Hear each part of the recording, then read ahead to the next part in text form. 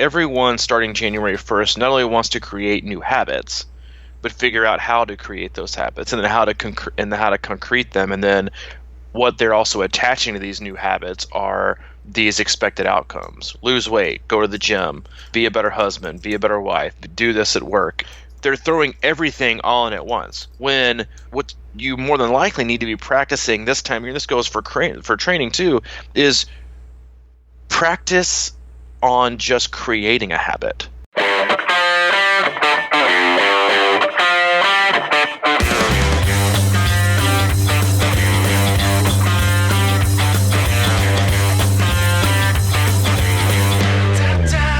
What's happening, buddy? Happy Monday morning. Happy Monday morning. Happy Monday. You don't sound too happy. I try to be even keel. Even keel. Even Steven. That's not his name, though. He's Mike. Yeah, he's Mike. I am Robbie. Welcome. Crushing Iron Podcast 320. 320, straight out of the woods. 320, straight out of the woods. We were in the deep woods over the weekend, Thursday night through yesterday, in the remote location of Nunley, Tennessee, which is just about an hour outside Nashville. We had one of our second run. We call it a run retreat because it's basically a retreat from all things life. But it's a run camp for our athletes that we put on, and we go, as we said, from Thursday night to Sunday, and we had about 25 people underneath one roof in the lodge. And hey, first off, we had probably the most textbook perfect run weather. It was beautifully sunny, not a cloud in the sky, a little cool in the morning, and then evened off into some really, really pleasant temperatures later on in the day. But it was a great time. I had an absolute blast, and as always, it's great to spend 2 or 3 days without having to touch the car. And it was one of your favorite things in life. Park the car, don't get back in it. Everything is under one roof. We had the commercial kitchen. We had food brought in every night for dinner, and it was a really good time. I thoroughly enjoyed myself, and I did find that because the travel wasn't too severe, a little bit easier of a camp for me to recover from than some of the tri camps we do in Nashville. Mm. Yeah, and I, of course, these are my wheelhouse kind of things. I really was hoping that we could look forward and make these things about a week long. Just kind of. Yeah, you were like, could you guys get in for all of February? Yeah. You think we could book this out for February and everybody get in for? Yeah, I mean, a week is a long time, and I think a lot of people want to stay. We just want to stay liking each other, and I think a week all under one roof with nowhere to go, I think you kind of push the boundaries a little bit on how much you really love and appreciate some of these friendships. Yeah, I suppose. I don't know. Well, it depends on you. But, it's first off, welcome if it's your first time listening. We appreciate you tuning in. This is the Crushing Iron Podcast, episode 320. We've got 319 back episodes in the log you can go in and check out. We cover all things triathlon, swimming, cycling, running, everything in between, and how they intersect with life, both as athletes and coaches, and often share some of the stories and experiences that not only we have had, but also of the athletes that we work with, and some of their accomplishments, also their obstacles, and how we all kind of do our best to try to figure out this puzzle that is triathlon and then life, and then how they kind of mingle and can counteract or balance each other out. And that's what we do. We try to have the best conversation that we have, unscripted, with no sponsors, and we hope you get something out of it today. Yep, and we are 320. It looks like I'm looking back at some things, and it's kind of, I don't know, fortuitous or whatever that we just came out of a run camp, because your run camp, or your run How to Not Suck at Running podcast has really been popular. I guess people really want to learn how to get better at this sport. People don't want to suck at running. They don't want to suck at running. Yeah, I think maybe as a next step podcast, we should do the dub of How to Not Suck at Cycling podcast. Okay. Because maybe I won't promise that for this week. Maybe next week I'll have to do a little bit more work. I want it to be as specific and detailed as the How to Not Suck at Running podcast we just had. But one of the biggest things that we've talked about this before is, running is the last discipline that we do when we race, and so it gets pretty much all of the blame. It is easily the one that gets, I just bonked on the run. I got to change up my running. I'm just not fast enough. And they blame the nutrition on the run. They blame the heat, and it gets the lion's share of the blame. And rightfully so in some areas, in that a lot of people just don't run enough to be able to run well. They run like 2 or 3 times a week, and then just can't figure out why running 20 miles a week or 15 miles a week isn't going to equate to a really, really good racing performance. But what so many people often don't understand, or just kind of maybe just don't think all the way through, because again, it's easy. It's an easy scapegoat, is how your cycling, pacing, and nutrition and training affects your ability to run. And then also, even before that, how your swimming or lack thereof, or lack of your swim training, affects your bike performance, and then how your that bike performance affects your run performance. And so again, like there's so many things, and again, that's why we always kind of say it's a puzzle, is putting one thing in with another, and how they counterbalance, and how they interact, and how everything affects each other as one giant energy system. And to not just blame the running, but always look back at the start. You need to look back at your training. You need to look back at the things you did or didn't do. You need to look back at the days leading up to your race. Did you fuel properly? Morning up, how was your swim? Did you do the correct amount of swim training? Most people don't. They just take things too easy, and just kind of go through the motions because they think it doesn't matter. And then they get out of the water and wonder why their arms are so fatigued at mile 60 of the bike, and they're not having the best day. And then they hop on the run, they're just like, I just can't put it together. When it's so, again, I think it's a good one to go through, and we'll cover that. I'll promise that for next week. I won't do it for this week, but I'll promise that how to not suck at cycling part 2 for next week. Yeah. Well, why don't you just sum it up real quick, how you get really good and how you balance all that stuff out? Just sum it up in that's the question everybody's been asking. It's like, hey, you gave me a lot of info, but how do I really get into this info?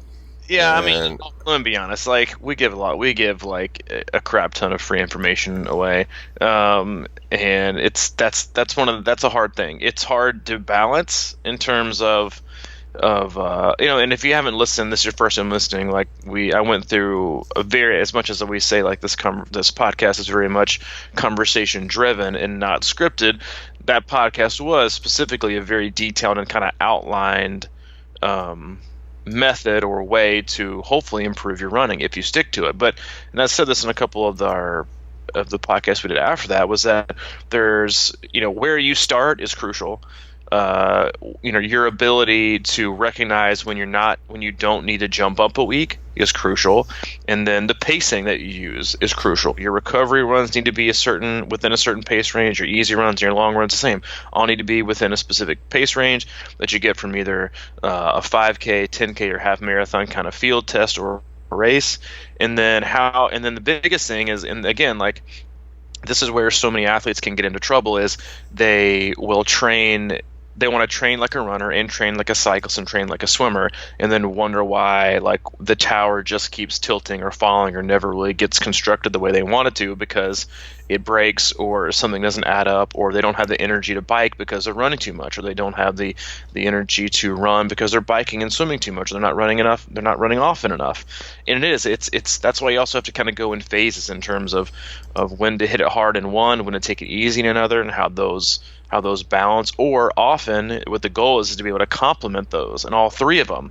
How can you complement for extended periods swimming, cycling, and running to where they're complementing each other? You're improving in specific areas of each discipline all at the same time. But that's the rub, right? That's where it's like, all right, I want to improve in swimming, cycling, and running.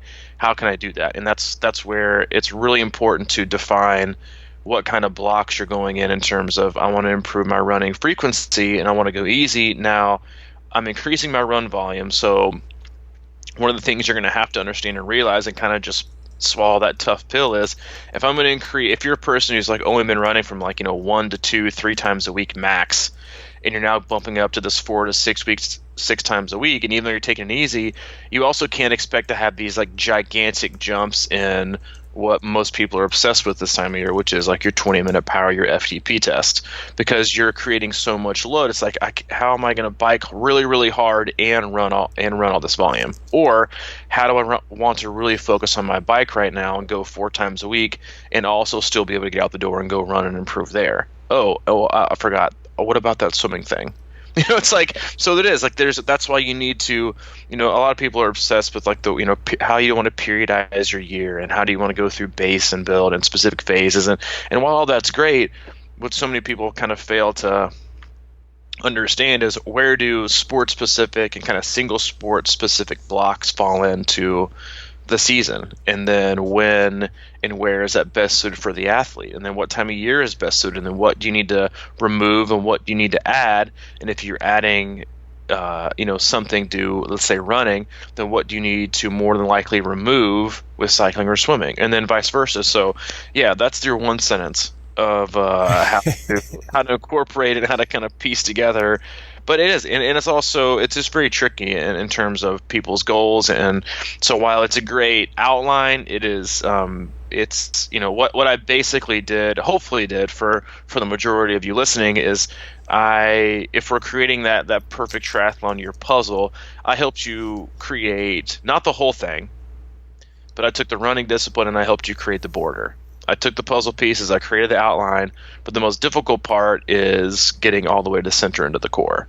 And that's really one of the most difficult parts of it. But hopefully that's where cycling can come into play. But it's one of those things where you just kind of have to have your eye on an athlete and figure out exactly like we did, and then also know who the athlete is and what the athlete is best at.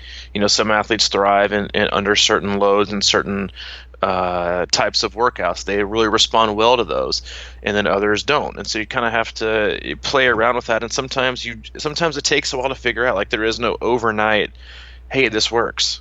Sometimes it takes a while to kind of figure that out, and you want to jump to conclusions, and you want to just kind of piece things together. And it's important. It's a great time of year to kind of figure out the athlete that you are. Like a few, I don't know, maybe a month or so ago, like I had quite a few athletes that were done with the season, and this is pretty typical for most athletes who do long course racing. 70.3 is long course in my opinion, and also obviously the Ironman distances. And if it's your first season or second season, all you've done is kind of been focusing on getting the distance done in both of those, you're more than likely have gone through like a huge, just very elongated base period where a lot of people that are self-coached don't add a lot of intensity to those, which is a mistake, and we cover that. But at the same time, athletes wonder, like, why their threshold, what they would consider their bike FTP or 20-minute power, lowers so much or drops so significantly post Ironman.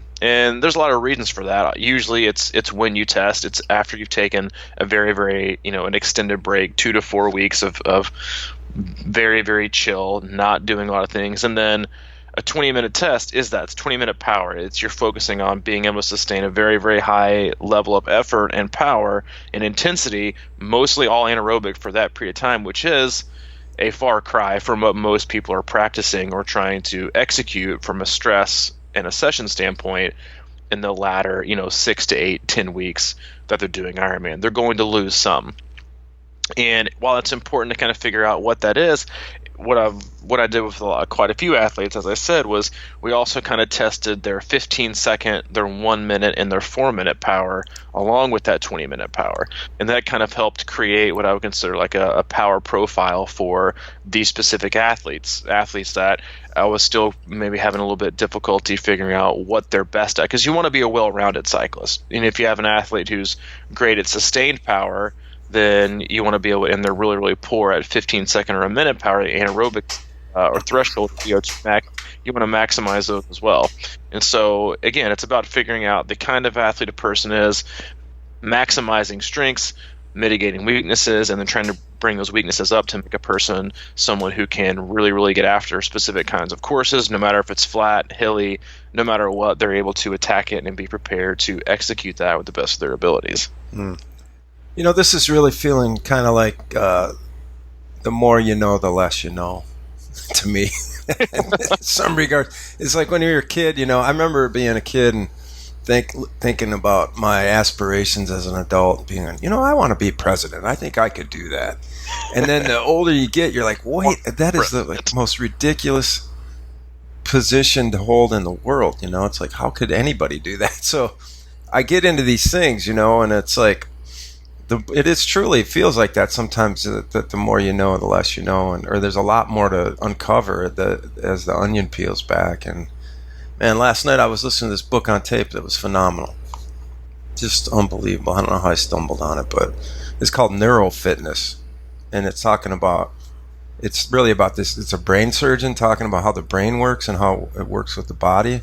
Mm-hmm. I just found it so fascinating, because really what you're describing in a lot of ways, and what we talk about in a lot of ways with triathlon, is it takes time and it takes patience. And like the question was posed to him, how you change habits and how you change, you always hear about how you can reshape the brain and remold the brain and things like that. And this dude described it as sort of like, if you go skiing and you just always ski the same route, what happens is you start like cutting in ruts, and you just start going that way.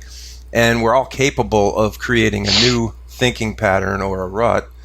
But what happens is, like, the brain, it takes a lot more energy for the brain to do that. So like whenever we make a change and try to do something different and try to be proficient at some kind of, whether it's like we get our running down and then we're like, all right, we got to change how we bike or whatever it is.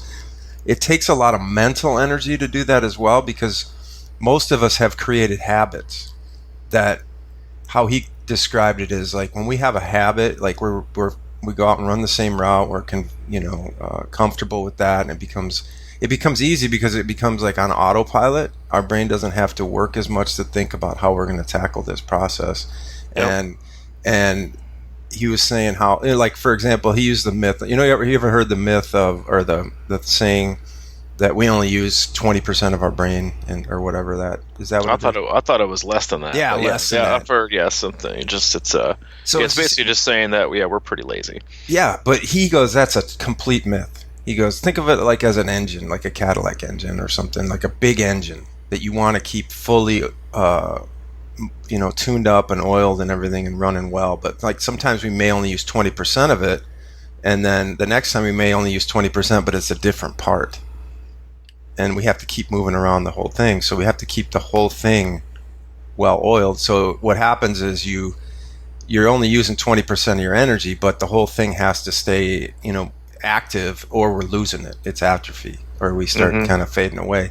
So that's the interesting thing to me about triathlon, is that we have to kind of keep all of those buckets filled in a way. And, maybe it's something like, if you're running a lot and you're getting that groove down, you have to be in cruise control on the bike for a little while until you have the energy and that pattern built up with your run. And I always think about it as confidence, and that you can just like be like, oh, I'm a runner now, I can go out and run. I feel good about that. It's sort of like built into the way I think and the way I believe in myself. And then you kind of work on your bike and you kind of rotate it around. Is that kind of a way you think about training plans?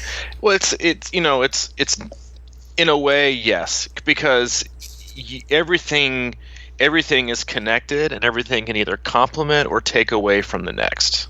And that's like when you, like, and again, like I've used this analogy before in terms of, a lot of things like that. What you were just saying right there, I took a lot of that as what we do, is because, I save varieties for the week.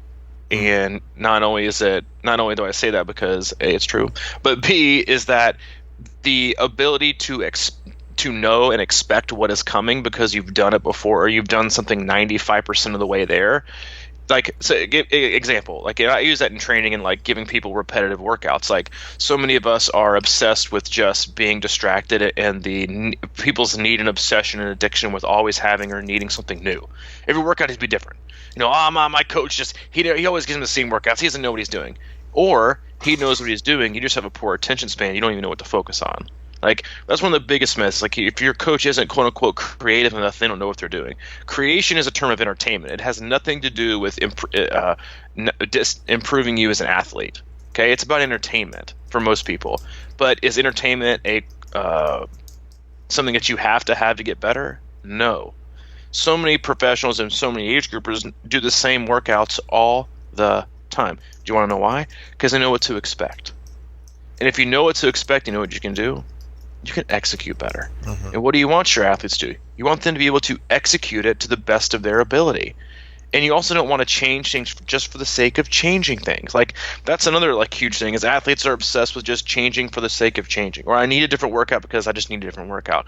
When the reality is like, if you're giving an athlete, as a coach, if you're giving an athlete a workout that's specific and they continue to do well on it and they continue to improve on it, why would you stop giving them the same workout? Mm-hmm. Why? I don't know. Just for the sake of giving them something different, because you feel like you need to entertain them, because a coach isn't there for your entertainment. They're there to improve you and get you to where you want to go. It has nothing to do with me or any other coach being of, like, you're not in the entertainment business. Okay, you're in the performance business, and those are so oftentimes so distant and so far apart that people they fail to understand that. But so in terms of, take for racing for example, do you know how much less stress do you have as an athlete? You're a king of this. I'm often a king of this, of racing the same races. Like, the amount of stress you have that's increased by doing a race that you've never done before, and you've never seen the course, and you've never seen the transitions, and you don't know what to expect, compared to one you've done 2 or 3 times. Oh my dude, it's crazy. It's like night and day. You're like so much more relaxed. I know what to expect. I know where the turns are. I know what's really going to be like versus what I read online and what the 98,000 people on Facebook told me it was going to be like. And your stress level is less. Like, that alone is a performance booster. That is good for you. Knowing what to expect, kind of like this guy was saying, like routines, knowing what to expect is a good thing. You're limiting the stress and the decisions you have to make each time. Same thing can go for training. You can't give an athlete 9 different workouts that are all varying of intensity, varying in intervals, varying in rest, and expect them to execute them so well that you get something really, really good out of it. If you really, as a coach and as a self-coach athlete, if you really want to get something great out of a session, repeat it. Repeat it over and over and over again, because you want to be able to get the best information you can. And what you want to do is you want the athlete to be able to perform to the best of their ability, because that's what's going to show you what's really going on. Not, here's 98 different versions of a workout. Yes, do you want to vary it up a little bit? Like, let's say one week you do 15 minutes, the next week you do 20. That's pretty much the same session. It's just increased. Now you know how to pace it better. Now you know what to expect. Like, there was one of the better comments that we got from this weekend while we were doing these hill repeats, and you guys were lined up. You didn't know how many you were doing. Oftentimes you didn't know what distance you were doing, because I was telling you 1, 2, or 3, and that was the distance of the repeat you were going to do. Is somebody said, when I said, all right, 3 more, so many people mentioned to me, they said it's so much easier to know how much I have to give, knowing how much we have left. Yeah. And that's about execution and about maximizing your effort. And that's the same thing goes with people who are obsessed with, like, varying up their training, and every single thing has to be different. You're not allowing your athlete to execute really, really well, because they don't know what to expect. Mm-hmm. They can't do it over and over and over and over again. And again, athletes are creatures of habit, and if you change things up, where the week looks different every single week, like, that might be entertaining to you, but most athletes find comfort in knowing that I have to expect this on this day, this on this day, this on this day, and this on this day. They don't have to worry about a surprise. Yeah. And for most athletes, that's where they are able to perform better and at least train better and be more consistent, because they know what to expect. And that's a good thing. Yeah. Just to kind of clarify, I think what this dude was talking, what I was saying there with regard of if you wanted to change a route or something like that, his whole thing was basically, how do you, learn things, or how do we get smarter, or how do we get into better moods or break bad patterns and things like that. So his thing was like, when you do change that, it takes a lot of energy. And like what you're saying is, if your workouts are always different, it's taken probably a lot more brain energy than we realize, and that's the kind of thing that can wear us out.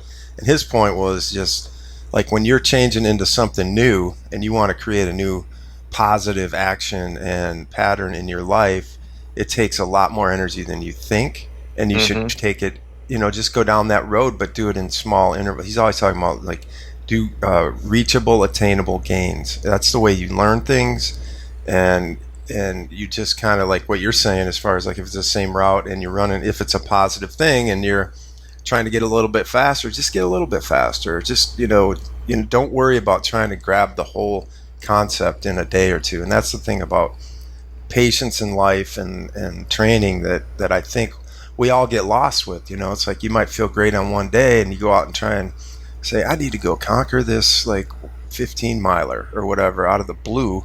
And sure, you can do it, but it just like it disrupts everything and takes you out of that true gaining improvement phase, I think, a lot of times.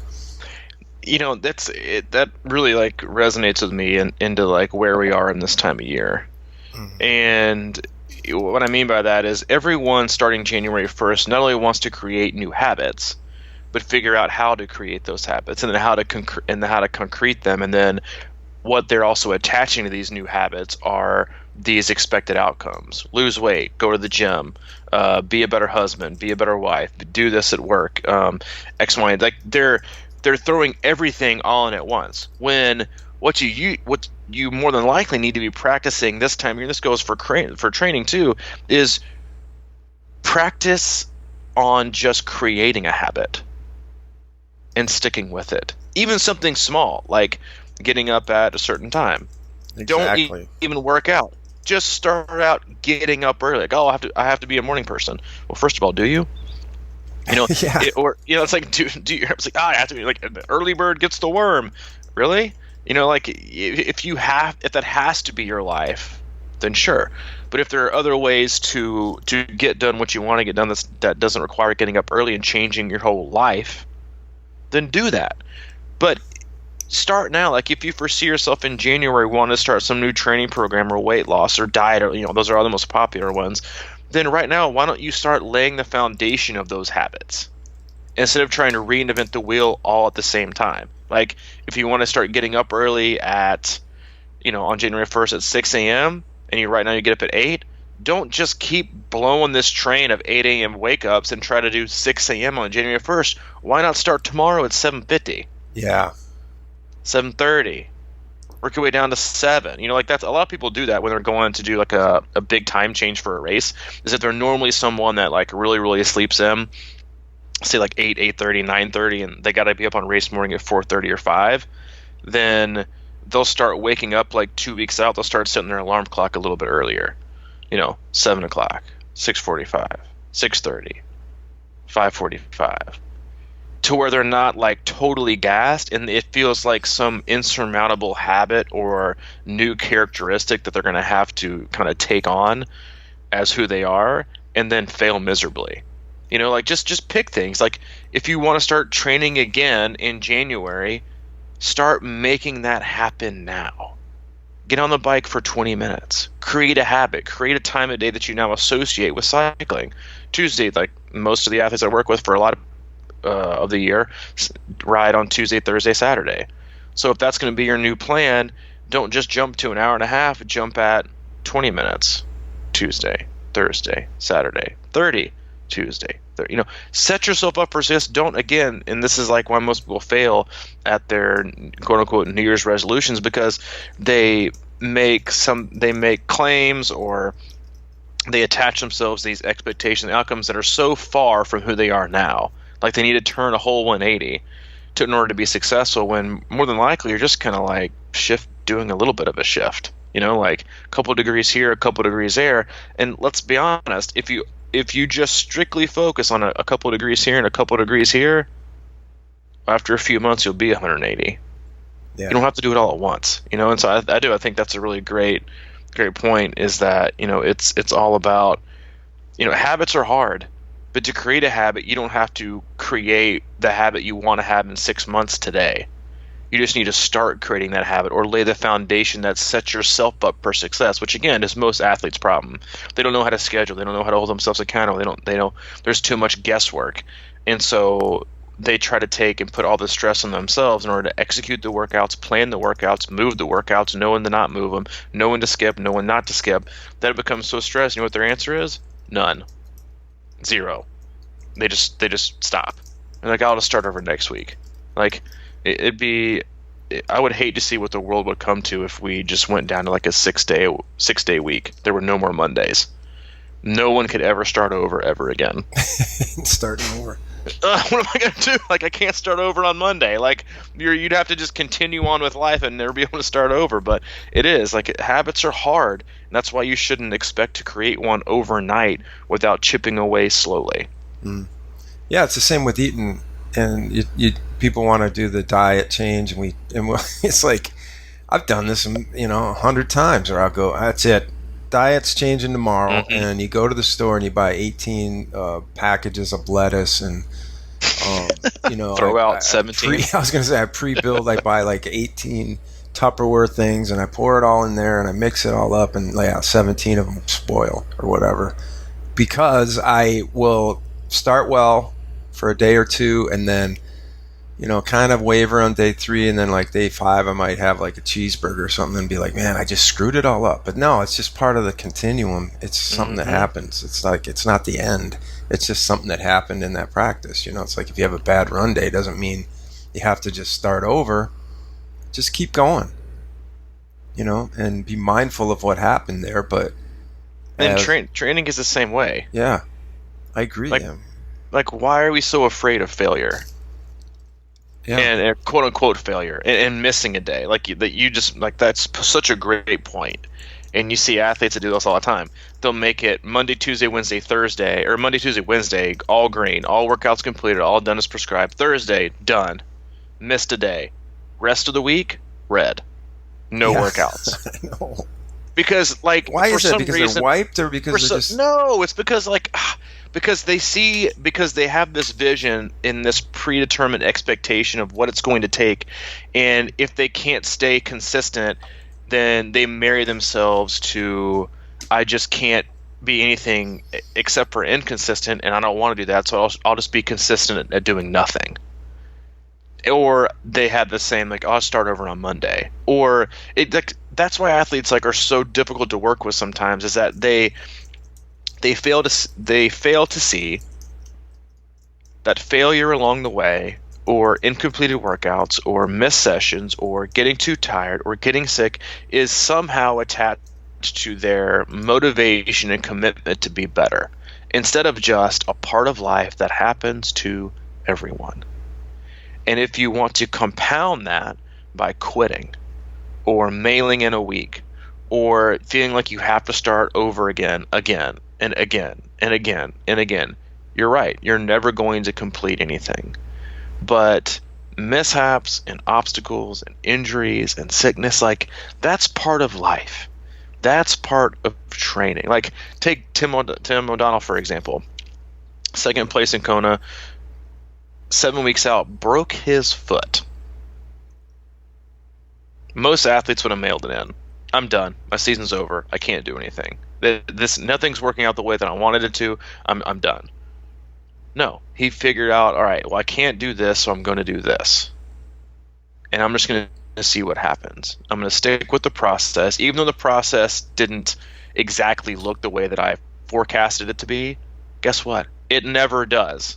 It just never does. Because life happens whether you like it or not, and it's whether you want to think you can plan it, or determine where you're going to be, or how your year's going to go, and how you're going to perform. Guess what? Life, it has a different take on things, and it's going to spin you in different directions, and it's going to force you to take rest, and it's going to alleviate stress, and it's going to add stress, and it's going to put new opportunities in your life, and it's going to take opportunities away. None of it is in your control. It's about how you respond to it. And most people just think that for some reason, if life isn't going perfect and one mistake happens, then they have to just start over. It's just part of it. It's part of the journey, and it's actually what makes things even more fulfilling down the road, is to get back on track into thinking, you know what, this is just a day. This is just 2 days. This is just even a week or a month. It's not the whole year. And just stay on track and just keep figuring it out. And you'll learn more about yourself bouncing back and staying the course than you will trying to start over 19 times in the course of a year, which is what so many athletes do. Start over with a different plan and a different race and a different training volume and a different focus. Like, dude, you know how much farther along you'd be if you had just failed 5 times along the same journey and just stuck with it? It's like thinking about how many the most successful, entrepreneurs and businessmen and women on the planet, how many times they probably failed or were just like hitting rock bottom and couldn't figure it out in their industry if they had just kept bouncing from industry to industry to industry to industry because they kept hitting roadblocks. They'd be exactly where they'd be in year 1 or year 2 of everything. And then instead, most of them just kind of stuck it out and kept trying to figure it out and took those knocks on the chin and were like, you know what? I'm going to get back up. I'm going to keep going. I might not have figured it out now. I might not be going perfectly. I'm going to keep going. I'm going to keep going. And then the next thing you know, 20 years down the road, they're billionaires owning some of the most successful companies in the world. Yeah, I saw an interview with Jesse Itzler. I think I brought it up the other day. He's the guy that made David Goggins famous with living with a monk, or he wrote that too, living with monks, but he's living with a seal or whatever it was, where he invited Goggins into his house. And he said that, he's an entrepreneur, and he said, hey, look, he goes, I don't always know everything. I hardly ever know anything, but when I break into different areas, I trust that I'm going to figure it out, and I just keep moving in the right direction. And that's that whole thing, man. It's like, just because he makes a million mistakes along the way, he just kind of keeps learning from it, and he has faith that he's going to figure it out and that he's going the right direction. And sometimes you just got to dive in and let nature take its course without beating yourself up all the time, just because you might have screwed something up. Yeah, like, do you want to be a rookie at every goal you have in life, or do you want to be a seasoned veteran at every goal you've ever had? Like, everyone's obsessed with because again, like it's new and there are no failures, and the pressure is so much lower. But most people tell you, like, be a seasoned veteran in all the goals that you have, and if it's like 1 or 2 of them, don't be a rookie in 19. Mm-hmm. Because you're just not going to be able to be successful down the road if you continue to quit. I get it. It's incredibly hard to especially for. And again, we on one of our very first guests, I think, was Steve Magnus, was it not? Or Maddie. One of our very first guests was Steve Magnus, and who is a very, very famous run coach, one of the co-authors of Peak Performance and the Passion Paradox and the Science of Running. Just an incredible running coach, and a very, very well respected in the endurance sports and running community. And he was on the podcast, and we were talking about one of the biggest areas that athletes don't consider as a huge positive when they are being coached, or when they get a coach for the first time, is the fact that now everything becomes a we. And the pressure now that is just put on a person who is self-coached to figure it out and living on an island alone, or who trains alone, has nobody to be their support system or advocate. When things go awry or when things fail, you're not looking in the mirror thinking, this was my fault, how am I going to rectify this? What are we going to do next? I can't believe this happened. Instead of the coach says, we will figure it out, let's move forward. Like going back to like which I'm like alleviating stress. Like the amount of stress that's alleviated for athletes when it's like they don't have to figure everything out on their own. It's like going through life with no friends. Mm-hmm. Like it's like going through life with no confidence, no friends about like to have hard like your best friends are the ones you go to on hard times. Like imagine if you quit every friendship because things got difficult, or because you had to talk about something difficult. You would have no one to go to. You'd be living life on an island. You'd be incredibly lonely. But no, when you go through life and you have all these things that are difficult, and you let people in, and you have these people to help shoulder the burden, or tell you that things are going to be okay, and tell you not to quit, or give you better advice, or that can be objective when you can't. Like, again, like it's all about alleviating stress and those decisions that can consume people. Like I've seen people just be so obsessed with making the wrong decision that they make none. And sometimes making no decision is worse. For sure, man. Living in your head.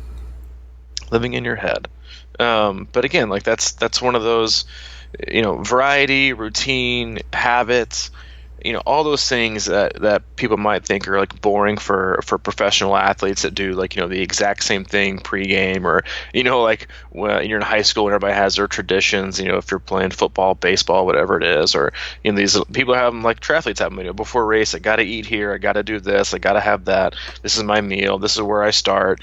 Like it's yeah, you think it's like what quote unquote tradition, or what do they call it, superstition.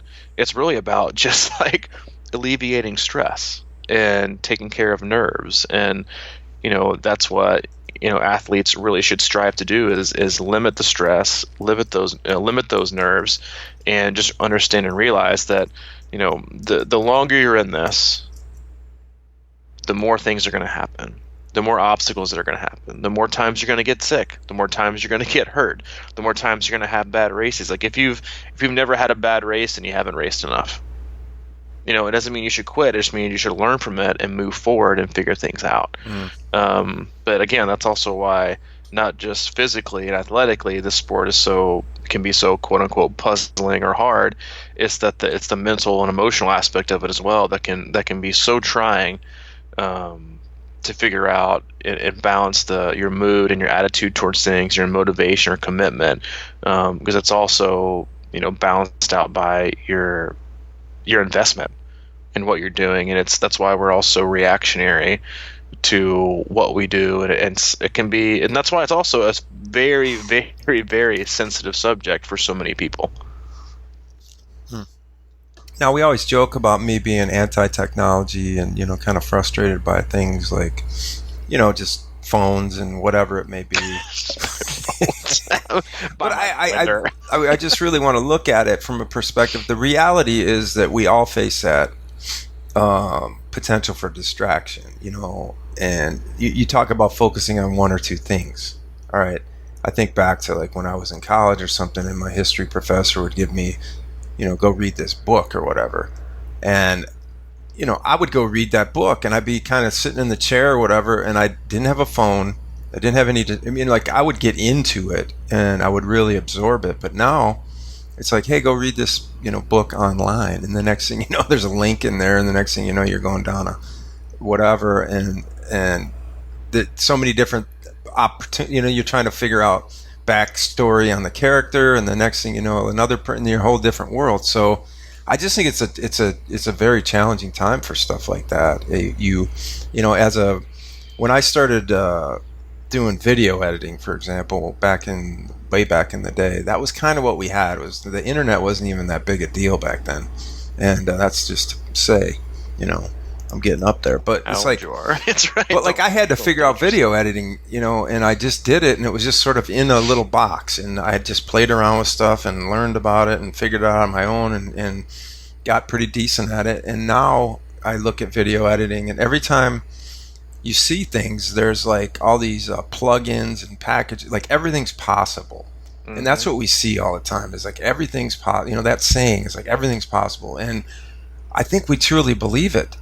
Like everything, it's like whatever it may be. Like if I'm trying to design what used to be a 2-month project by a graphic animator, I can go by a template now and sort of figure that out. But then I start going down that rabbit hole, and the next thing you know, I'm letting the whole, foundation of the project go to hell, because it's taken me all this energy to figure these things out or whatever. And the next thing you know, I'm into the open editing and the animation and or whatever, and it gets so distracting.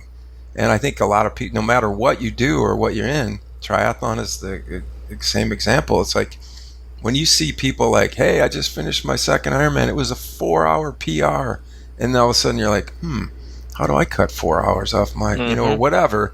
It gets to be kind of unrealistic, or it takes us into places that we believe, it's like it distorts everything, or it's so easy to get distorted and out of your box and not in your own game plan. And for me, that's like the biggest key of triathlon. You talk about just go run your race. Well, go run your training too, or do your training, not everyone else's. And how easy is it to get out of that, man?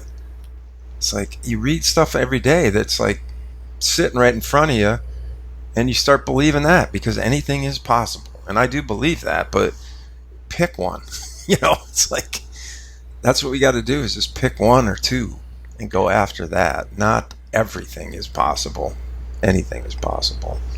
Well, and if you think about it, like if you're going to practice that way through your training and quitting or getting distracted, or if things don't go right, you need to figure out another way, or just to stop, then what are you going to do when it becomes time to race and things don't go your way? Yeah. Are you going to quit? Are you going to stop? Are you going to mail it in? Or are you going to figure it out and use this learning experience? That way you can be better the next time. Because guess what? The next time, still, things aren't going to go exactly how you plan it to be. Yeah. I mean, racing shouldn't be, if you think about it, it shouldn't be like this wild west mystery. You should kind of know what you're getting into and what you're going to do. You know what I mean?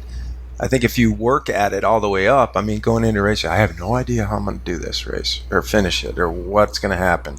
You should have a pretty good plan. You should have a pretty good idea of what you can do. I mean, I think that's, it's like going into a test.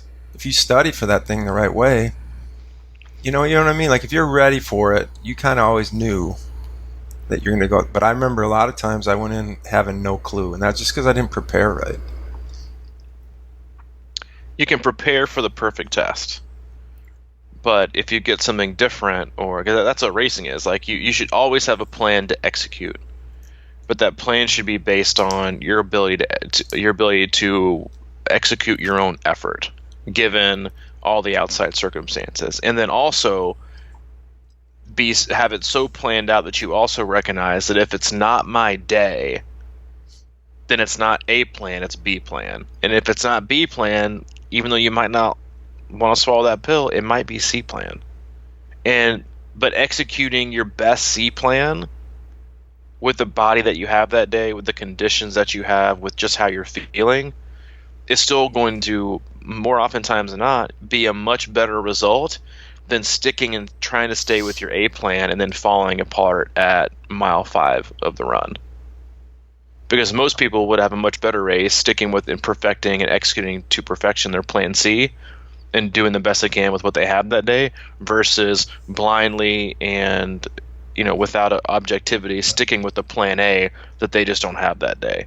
The conditions are too hot, it's too windy, they just aren't feeling it, they've had GI issues. It's like you also can't just blindly stick with it. You got to be able to adapt.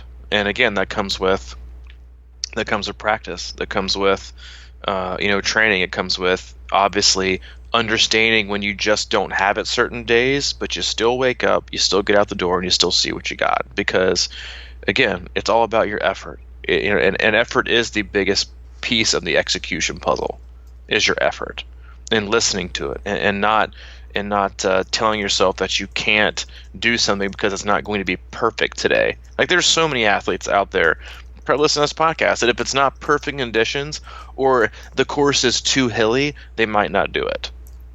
Because then what will it show? I'll tell you what it'll show. It'll show how good you were that day on that course. That's it. It's not like some identifier or characteristic trait you've got to carry on for the rest of your life, or a pop-up message over your head as you walk around at your local tri club meeting. It is just how things went that day. But if you don't attack things and do things that are out of your comfort zone, or push yourself to figure things out when things aren't perfect, then you're also really never going to know what to do when things are perfect. Because you're going to be looking for something, a way to bail out or a reason to stop. And it's just, there's so many good things that you can learn about yourself in being prepared, doing your best, having your best effort day in and day out, and then just taking what the day gives you. And understanding, like we did, and learning about your body, and you can't learn about your body through perfect experiences all the time, and stopping training. Like relationships are the same way. Like if you quit every relationship in life when things aren't perfect or they don't go as planned, then you're probably never going to be in a long-term relationship ever. Or when things do get hard, guess what? You're like, this probably going to work out. But the reality is that things that are supposed to last are supposed to be hard. And again, like you You want to be a seasoned veteran at a couple of goals and not a rookie at like 16 or 17. Just one more thing I wanted to ask you about this weekend, if I may. I'm not doing the bourbon chase. I'm not driving the van.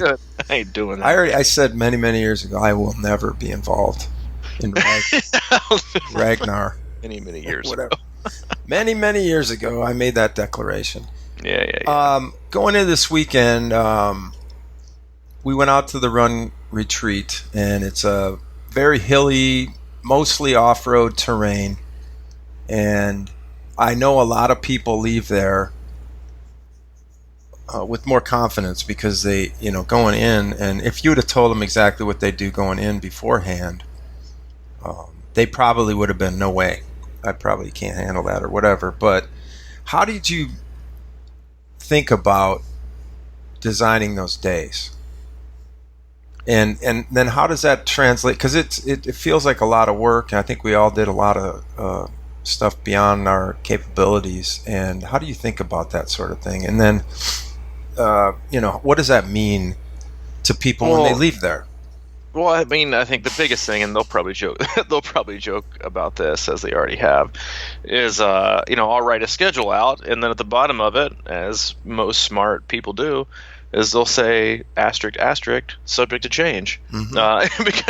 Because again, like, you don't want things to be concrete, like, because it's our athletes, so I know everyone's general fitness, I know how things are going, but you never know how people are going to respond and what people are going to be motivated to do and how the weather is going to impact people and then how the terrain is going to impact people. And it's like coaching is about reading people through communication, through text, through email, through looking at someone, through hearing it through their voice.